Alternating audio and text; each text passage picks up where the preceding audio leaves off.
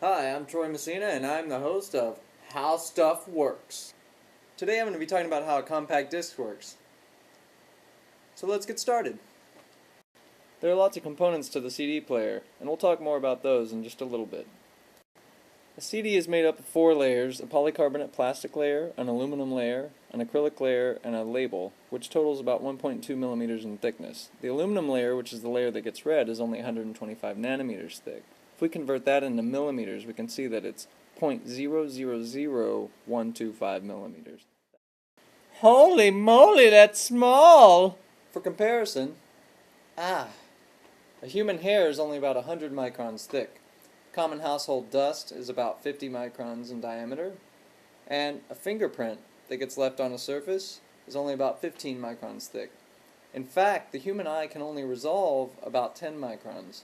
Now, the way the aluminum surface is laid out is with a bunch of hills that are 0.5 microns wide, and these hills are separated by 1.6 micron spacing. It turns out that the polycarbonate plastic layer has 2 functions. The first is to protect the aluminum layer from being scratched or damaged, and the second function is to focus the laser light down onto the aluminum surface so that it has a spot size of 1.6 microns. This is perfect for that spacing that I just showed you. The aluminum hills that make up the information that is on the CD form a spiral that start from the center of the CD and go outwards towards the edge. Why would they start from the center? Well, that's so that they can make smaller CDs instead of sticking to a standard 5-inch format.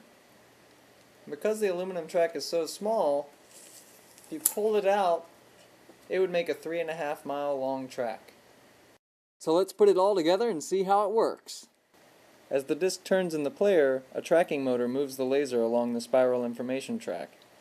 The speed at which the disc turns changes as the laser moves towards the outer edge to keep the amount of information read constant. As the laser scans across the aluminum hills, the light is reflected into an optical pickup. This corresponds to a 1 in binary for your digital signal. When the light is in between the hills, the light is reflected away from the optical pickup, corresponding to a 0 for the binary signal. Electronics convert the digital signal to an analog signal and then amplify it for playing out of the speakers. And that is how a CD works.